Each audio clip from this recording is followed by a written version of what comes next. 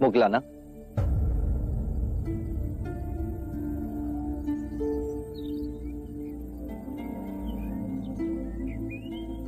इस विषाद का कारण? कई रात्रियों से पूर्ण ध्यान में मेरे विचार मेरी माता की ओर चले जाते।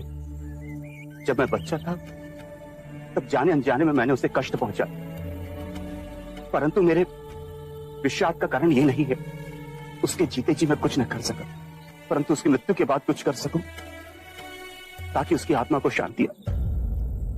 हर बार मैं ध्यान में देखता हूं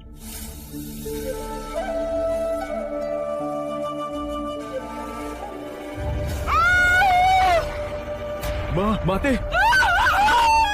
इस दृष्टांत ने मुझे बहुत व्यथित कर रखा है बुद्ध। इसका क्या अर्थ है? मुगलाना, जब तुम्हारी माताश्री जीवित थी तो क्या उन्होंने बुरे कृत्य किए? वचन से, कर्म से, विचारों ने। मेरी माता ने सिर्फ कांटे ही बोए।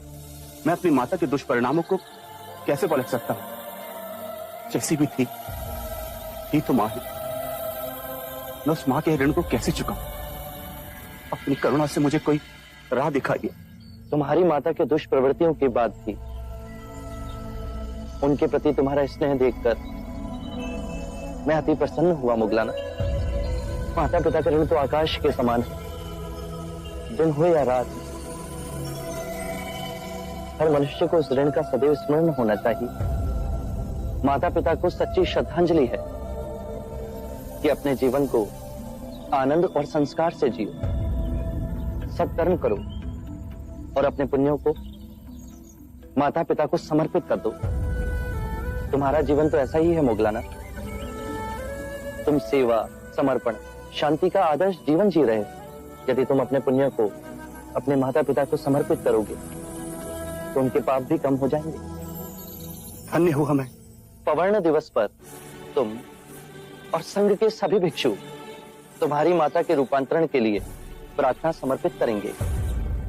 गहन ध्यान और शुद्ध मन से की गई प्रार्थना में बहुत शक्ति है मुगलाना।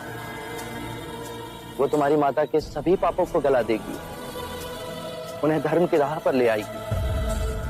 हम एक मुक्ति समारोह करेंगे जहां संघ के सभी भिक्षु अपने माता पिता के रूपांतरण के लिए प्रार्थना करेंगे, चाहे वो जीवित हो या मृतक। करुणा के सागर है, सबके लिए निरंतर चिंतन। एक दिया असंख्य दियों को प्रज्वलित करता है मुगलाना। उससे दीपक का प्रकाश घटता नहीं अपितु और बढ़ता है। आनंद बांटने से बढ़ता है।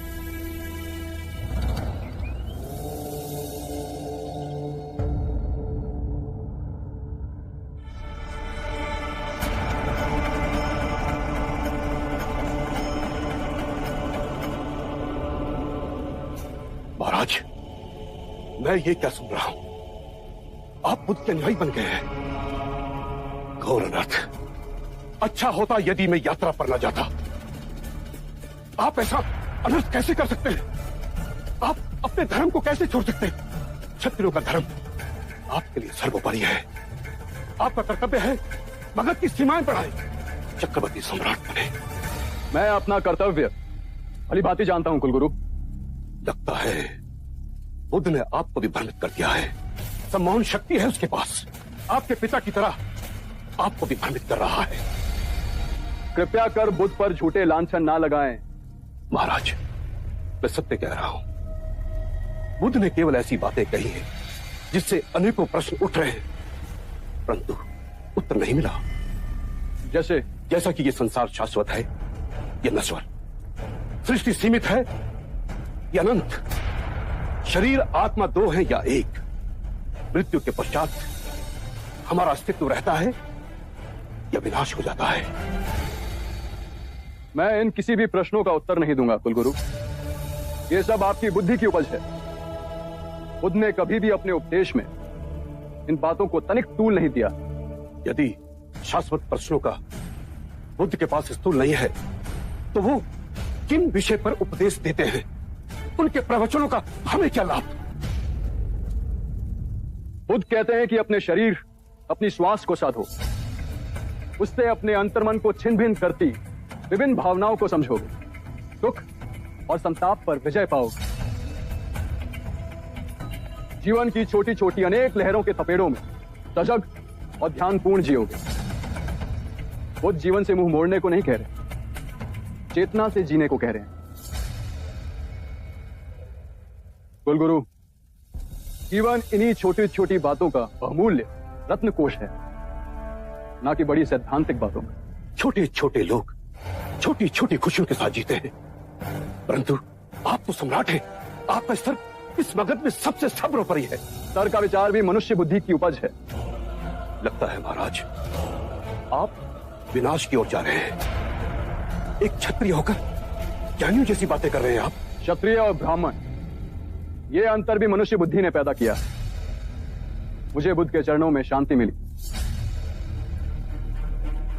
महाराज, यदि आपको शांति चाहिए तो मैं इसके कई उपाय आपको बता सकता हूं।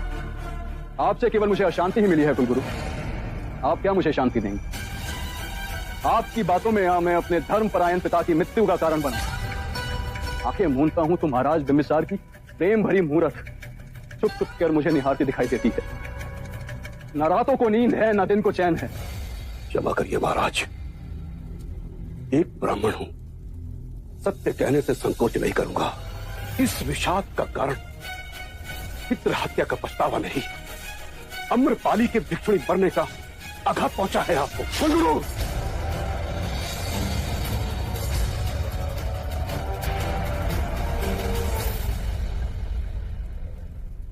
लगता है बुद्ध ने आपको यही सिखाया है।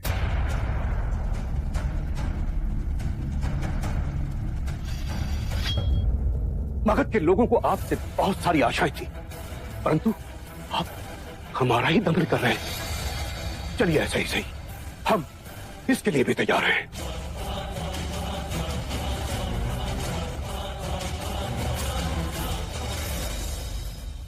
महाराज, आप में ये परिवर्तन देखकर मैं हैरान हूं। अजात शत्रु की उठी हुई तलवार बिना वार किए आज नीचे कैसे झुक गई? मुझे कुलगुरु की हत्या करने में तनित संकोच न होता, किंतु यदि ऐसा करता तो मेरे गुरु बुद्ध का अपमान होता। बड़े ऊंचे स्वर में बोलकर गए हैं कुलगुरु। कोई मुझे कितना भी उत्तेजित क्यों ना कर ले, मैं अब कभी हिंसा के मार्ग पर नहीं जाऊंगा। जो मार्ग मेरे गुरु दिखाएंगे उसी मार्ग पर चलूं।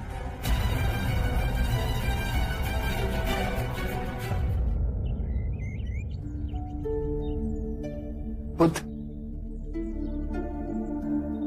प्रणाम। आपके परम भक्त सुदत की पत्नी पुण्यलक्ष्मी आई है। क्या हुआ भय? और सुदत कैसा है? प्रभु, आपके परम सेवक सुदत अब अपनी अंतिम सांसें गिन रहे हैं। मृत्यु के भयंकर क्षणों में उनका मन केवल आपकी ओर मुड़ रहा है। कृपा करें प्रभु, कृपा करें। हम तो सांसारिक हैं, किंतु मेरे स्वामी ने आपकी सेवा में सदैव अपने आप को न्यौछावर किया है। उनको अंतिम सांसों में अपने दर्शन दीजिए प्रभु, अपने दर्शन दीजिए। सुदत ने निस्वार्थ भाव से मेरी और मेरे भिक्षुओं की सेवा की, निर्धनों को दोनों हाथों से धन बांटा, हमारे लिए विहार का निर्माण कराया। ऐसे दिव्य व्यक्ति के दर्शन पाने को मैं स्वयं जाऊंगा। वो आएंगे ना? मेरे प्राण छटपटा रहे उनके एक दर्शन के लिए।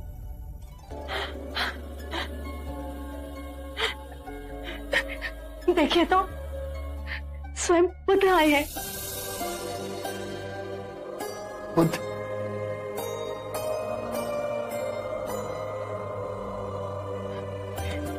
आप आ गए।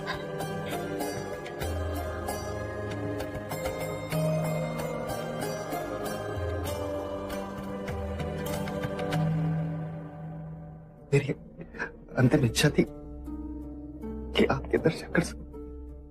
कैसे ना आता सुदत। तुम्हारे प्रेम और सेवा ने तो मुझे तुम्हारा ऋणी बना दिया है।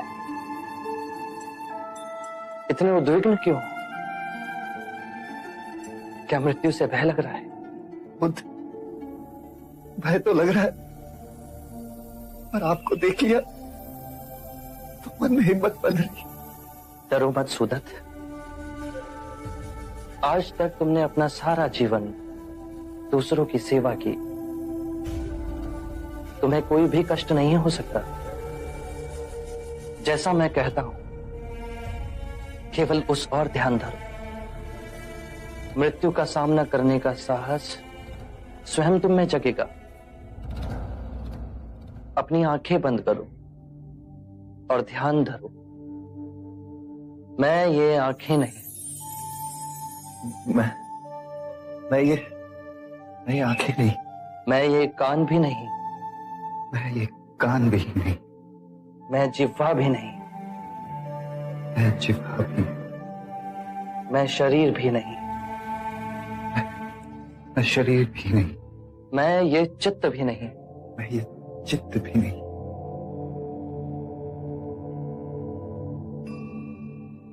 ध्यान नहीं लग रहा? ध्यान केंद्रित करो सुदत। अपनी आंखें बंद करो। जो मैं देखता हूं वो मैं नहीं, जो मैं सुनता हूं वो मैं नहीं, जो गंध आ रही है वो मैं नहीं, जो स्वाद, स्पर्श, विचार उठ रहे हैं उन सब में भी मैं नहीं। जो मैं देखता हूं वो मैं नहीं, जो मैं सुनता हूं वो भी मैं नहीं, जो गंध आ रही है वो भी मैं नहीं, जो स्वाद, स्पर्श और विचार उन सब में मैं नहीं। मैं ये दृष्टि नहीं, ध्वनि नहीं, सुगंध नहीं, विचार नहीं, स्वाद नहीं, मन नहीं, सुगंध नहीं, स्पर्श नहीं, मन नहीं। आगे बोलिए बुद्ध। मैं पृथ्वी तत्व नहीं, मैं आकाश भी नहीं, मैं वायु भी नहीं, मैं जल भी नहीं, चेतना तत्व में भी मैं नहीं। कोई तत्व मुझे जकड़ नहीं सकता। जन्म और मृत्यु मुझे छू नहीं सकती। जन्म और मृत्यु मुझे छू नहीं सकते। मैं मुस्कुराता हूं क्योंकि ना मैं जन्मा हूं, ना ही मैं मर सकता हूं। ना जन्म ने मुझे जीवन दिया और ना ही मृत्यु मेरा जीवन मुझसे छीन सकती। जन्म और मृत्यु पर मेरा अस्तित्व ना निर्भर था, ना निर्भर है। क्या हुआ सुदित? ध्यान नहीं लग रहा?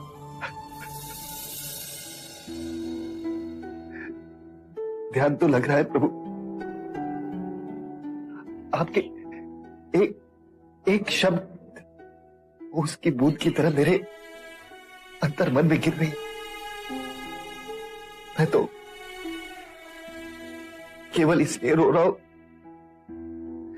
कि इतने वर्ष मैं आपके समीप रहा, आपके दर्शन पाए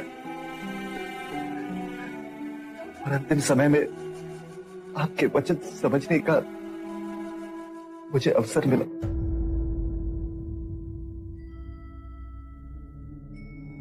धन्य है बुद्ध, धन्य है आप। आपने मृत्यु के भय से, इसने मेरे प्राणों को जकड़ लिया था, उसे मिटा दी। अब इस संसार से विदा होते हुए आखिरी क्षण तक मैं केवल आपको देखना चाहता हूं।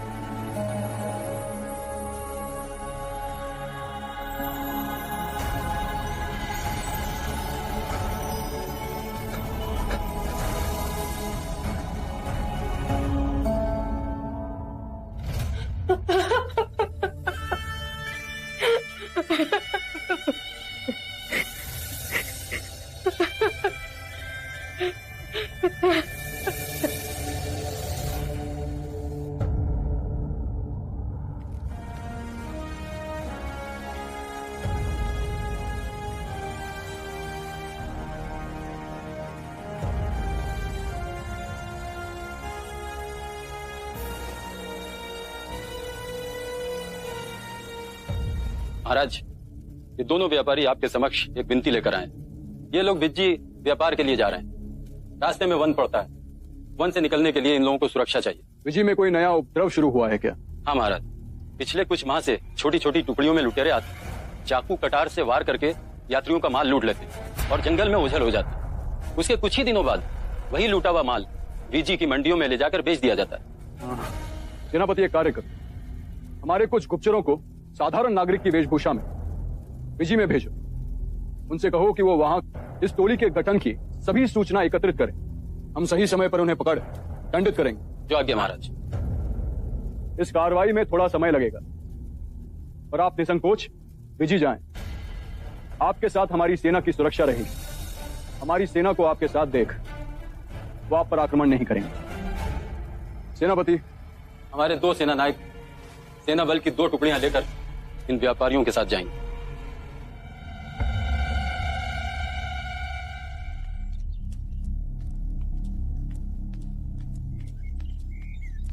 मित्र, हम ये सोच रहे थे कि हमने ये क्या जीवन पाया है। एक सेना नायक होने का अर्थ होता है देश की रक्षा के नाम पर मानव हत्या करें। आपने मेरे मुंह की बात छीनी। महाराज अजत शत्रु का अनुमान गलत है। विजी के लुटेरे बहुत बेधड़क हैं। वो हमें देखकर भय से डरकर भाग नहीं जाएंगे। वो अपनी सत्ता जमाने के लिए हमसे युद्ध लड़ेंगे और हमें ना चाहते हुए उनका वध करना पड़ेगा। इसके पश्चात ये व्यापारी धन कमाने के लिए जुट जाएंगे और मानव हत्या के पाप का बोझ ढोने के लिए हमें छोड़ दिया जाएगा। सत्य कहा आपने मित्र। अब हमें ये पाप का बोझ उठा के लगता है पूरा जीवन व्यतीत करना पड़ेगा। मृत्यु के पश्चात हमें स्वर्ग नहीं नर्क मिलेगा। महाराज ने तो मुक्ति का मार्ग खोज लिया है और स्वयं बुद्ध के अनुयायी बन बैठे। इतने सारे पाप करने के बाद भी वे मुक्ति के मार्ग पर चल पड़े हैं, तो क्या हमें मुक्ति नहीं मिलेगी? सत्य कहा। महाराज ने तो पंचशील के सिद्धांतों का पालन कर अहिंसा का मार्ग अपना लिया और हमें हिंसा के मार्ग पर भेज रहे हैं। आप अपनी जगह सही हैं, पर जब तक हम सैनिक हैं, हम महाराज की आज्ञा का उल्लंघन नहीं कर सकते। ये देशद्रोह कहलाएगा।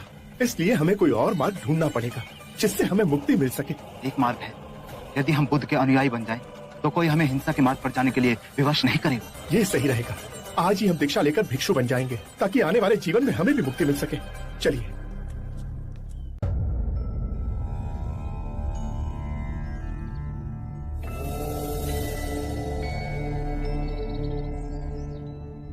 क्या हुआ सरिपुत्र?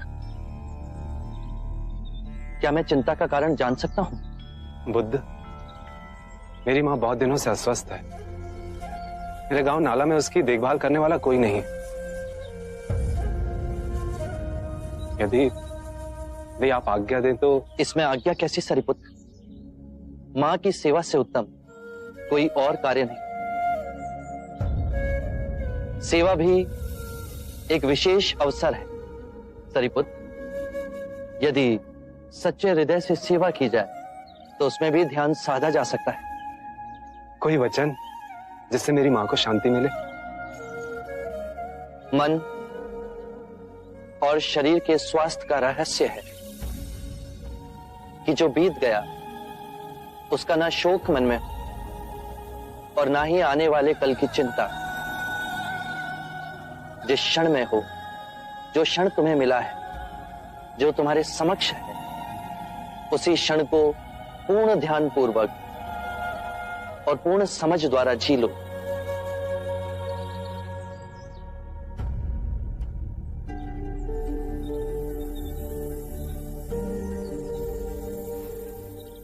ऐसा प्रतीत हुआ कि आपसे बहुत दूर जा रहा हूं।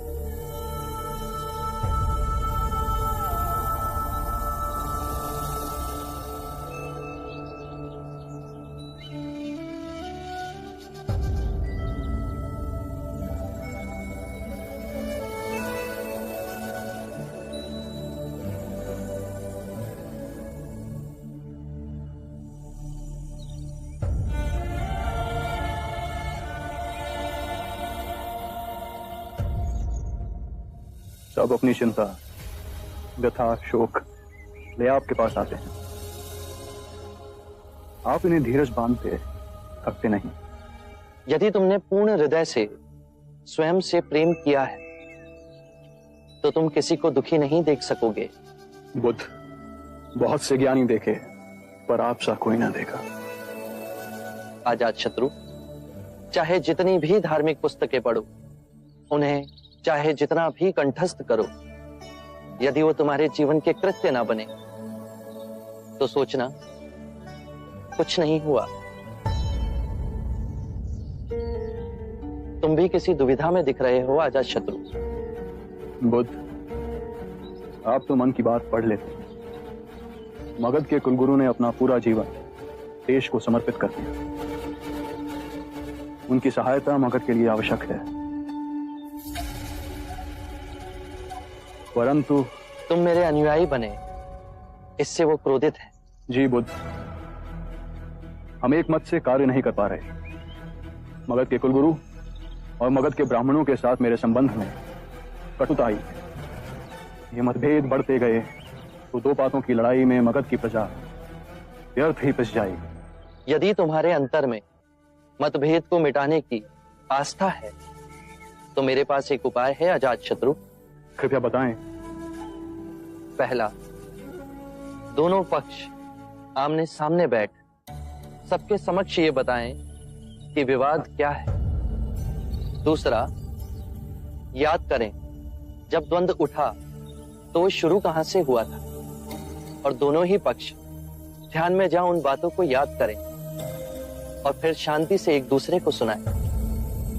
तीसरा, हाथ नहीं मन के भाव उपजें कि इस झगड़े को कैसे समाप्त किया जाए। चौथा, यदि कोई भूल हुई है तो सर्वप्रथम स्वयं की भूल को स्वीकार कर खुद को क्षमा करें। अपनी भूल स्वीकारने से हम दूसरों को समझने की चेष्टा में पहला पग उठाते हैं। सत्य कहा बुद्ध। 5, जो भी निर्णय लिया जाए वो सर्वमाननीय हो, उसे सबके समक्ष 3 बार पढ़ा जाए। यदि कोई भी व्यक्ति आपत्ति के लिए हाथ ना उठाए तो उसे अंतिम निर्णय समझा जाए। 6, जो सर्वमाननीय है उस पर दोनों पक्ष पूर्ण मन से चल एक दूसरे से मैत्री करें। 7वां, जब हमारे कपिलवस्तु में किसानों में झगड़ा होता है तो उनमें जो सबसे वृद्ध किसान है, जिसका सब सम्मान करते हैं, आदर करते हैं, वो कहता है शत्रुता समाप्त करो, मिट्टी डालो, पुआल डालो। ये बहुत सूचक है अजात शत्रु। मिट्टी डालने से अग्नि बुझती है, कीचड़ पर पुआल डाल उस पे चल रास्ता बनाया जा सकता है। एक दूसरे के समीप आने का कितना सुंदर उदाहरण है ये। बुद्ध, आपके ये सूत्र विश्व में शांति की क्रांति लाएंगे। जब जब धर्म का विघटन होगा, जब जब दो पक्षों के हृदय में दीवार खड़ी होगी, आपके ये वचन उस दीवार को ढहा देंगे। मैत्री और सामंजस्य विकसित होगा।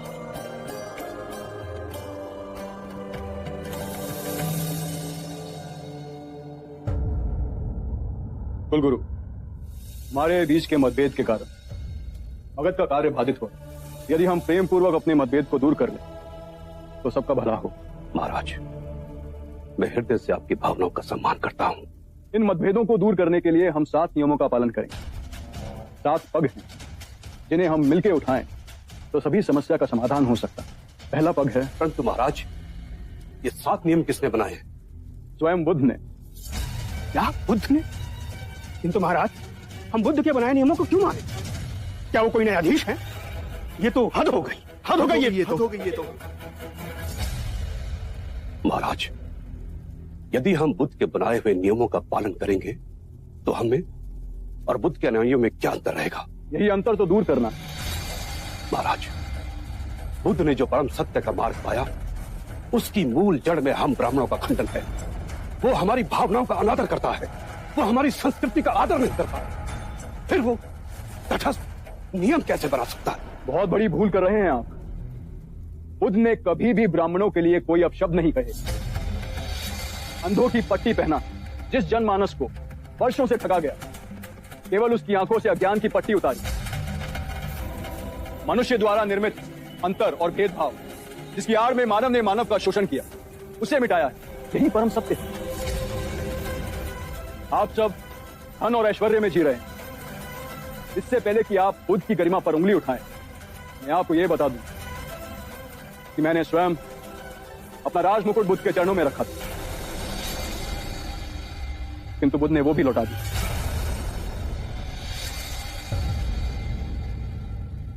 सत्ता की, बल की लालसा बुद्ध को छू नहीं सकती, वैसे ही जैसे दुर्गंध भरी वायु बुद्ध के समीप नहीं आ सकती। वो राजाओं के राजा हैं जो सब त्याग निर्धन बने। उनमें अधिक आत्मिक शक्ति है कि हम सब में।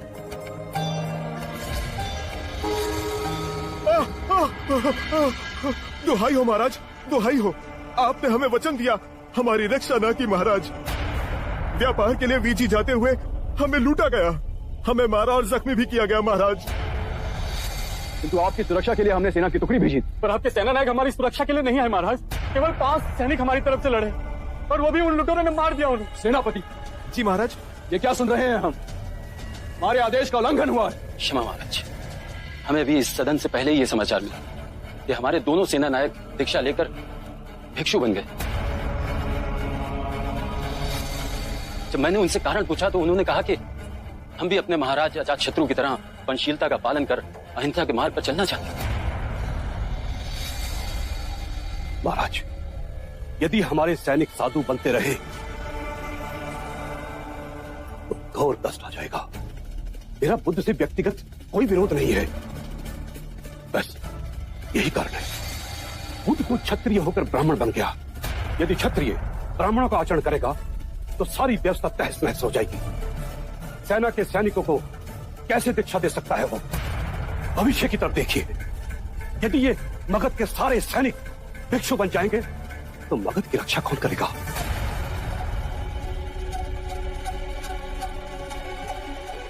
गुरुदेव, कुलगुरु का कथन चिंता योग्य है। यदि रक्षा करने वाले हथियार डाल दें तो रक्षा करेगा कौन? मेरे विरोधियों ने इस बात को तूल दे नई चाल चली। ये विवाद खड़ा हो गया है कि भिक्षु सैनिकों को बहला फुसला संघ में सम्मिलित कर रहे हैं। बुद्ध, मेरी चिंता का कारण और विषम है। यहां तो मैं शासन कर रहा हूं, किंतु दूसरे देशों के राजा इन निर्दोष भिक्षुओं को दंड न दें। आपको शीघ्र ही इस समस्या का निवारण करना होगा बुद्ध। चिंतित ना हो अजातशत्रु, मैं ये नहीं चाहता कि मेरी कही अहिंसा की बातों की आड़ ले सैनिक अपना राजधर्म छोड़ दें। अपने देश, अपनी प्रजा, अपनी राजा के प्रति जो उनके कर्तव्य हैं उन्हें ना निभाएं। मैं आज ही अपने उपदेश में इस नियम को घोषित करूंगा कि कोई भी भिक्षु किसी भी सैनिक को दीक्षा ना दे। आनंद, सभी संघों में यह घोषणा पहुंचा दो। बुद्ध, अहिंसा का अर्थ मैं समझता हूं, किंतु मेरे मन में अनेक प्रश्न उठते हैं। निसंकोच कहो अजातशत्रु। राजा, सेनापति, सैनिकों का कर्म है अन्याय के विरुद्ध युद्ध करें, अपने राज्य के नियमों का राज्य की प्रजा से सख्ती से पालन करवाना। आप अहिंसा से करुणामयी हो इन दुखियों की सेवा की बात करते हैं। क्या आप हमें अपराधियों को दंड देने की अनुमति देते हैं? क्या अपने राज्य के लिए, अपनी संपत्ति के लिए, अपने परिवार की सुरक्षा के लिए युद्ध कर रहे हैं? क्या यह उचित है? एक बार की घटना है अजातशत्रु। एक गांव में एक विषैला सर्प था। न जाने वो कितने लोगों को काट मृत्यु के घाट उतार चुका था। सभी गांव वाले उससे बहुत भयभीत थे। वो जिस वृक्ष के तने में रहता था वहां बच्चे खेलने से भी डरते थे। एक बार ऐसा हुआ, एक भिक्षु वहां से गुजरा और उस वृक्ष की छांव में विश्राम करने के लिए बैठा। सांप उसे काटने के लिए बाहर निकला तो भिक्षु को उद्विग्न ना होते हुए देख सर्प अचंभित हुआ। भिक्षु ने उसे उपदेश दिया कि तुम्हारे काटने से, तुम्हारे लोगों को क्षति पहुंचाने से उन्हें बहुत पीड़ा होती है, उनके प्राण भी चले जाते हैं। सर्प में वैराग्य जागा। उसने निश्चय किया कि वो किसी को क्षति नहीं पहुंचाएगा, किसी को नहीं काटेगा। और सर्प को अहिंसक देख गांव में लोग धीरे धीरे निर्भीक होने लगे। कोई उसे छेड़ता, बच्चे अकारण ही उसकी पूंछ पर अपना पैर रखते, लेकिन वो किसी को क्षति नहीं पहुंचाता था। बच्चे उस पर पत्थर फेंकते, किंतु फिर भी वो पलटकर वार नहीं करता था। भूख और पीड़ा से वो क्षीण हो गया था। रात्रि में कुछ कंकर पत्थर खा लेता और अगले दिन आक्रमण का सामना करता। वो सर्प इतना घायल हो गया था कि गांव वाले उसे रस्सी से अधिक नहीं समझते थे। और फिर उस मार्ग से पुनः वो भिक्षु गुजरा। जब उसने सर्प की ये दुर्दशा देखी तो वो बहुत दुखी हुआ। उसने सर्प को औषधि लगाते हुए पूछा कि तेरा ये हाल कैसे हुआ? तो सर्प ने कहा, मेरे मन में वैराग्य जागा और मैंने काटना छोड़ दिया। भिक्षु हंसा और उसने कहा कि मैंने तुझे काटने से मना किया था, किंतु तू अपने सर्प स्वभाव से कैसे विमुख हो गया? तूने पुकारना क्यों छोड़ दिया? किसी भी बात की अति, अहिंसा की भी अति, यदि ध्यान से देखोगे तो हिंसक बन जाती। दोषियों में तुम्हारा भय होना चाहिए, उन्हें उनके अपराध का दंड भी मिलना चाहिए, किंतु ध्यान रहे, न्याय देने वाला अपनी निजी कटुता के कारण उसे दंड ना दे, अपितु दोषी को उसके दुष्कर्मों और उसके अपराधों का दंड मिलना चाहिए। यदि क्रोध, लोभ, ईर्ष्या बीच में आए तो न्याय ना होगा। बुराई को भलाई से जीतो। यदि बुराई भलाई पर हावी होने लगे तो मनुष्यता का नाश होगा। यदि बुराई को परास्त करने के लिए युद्ध भी करना पड़े तो वो भी करो, किंतु उस युद्ध के कारण तुम स्वयं ना बनो। यदि करना पड़े तो केवल निमित्त मात्र ही करो। बुद्ध, आपके इतने सुंदर और महिमामयी वक्तव्य ने मेरे हृदय से सभी अंधकार को दूर कर एक नई ज्योत प्रज्वलित की है। धन्य हुए भाग्य मेरे जो आप मेरे जीवन में पधारे। आरंभ हो गई निर्वाण प्रथा, सुनो सुनो ये बुद्ध कथा।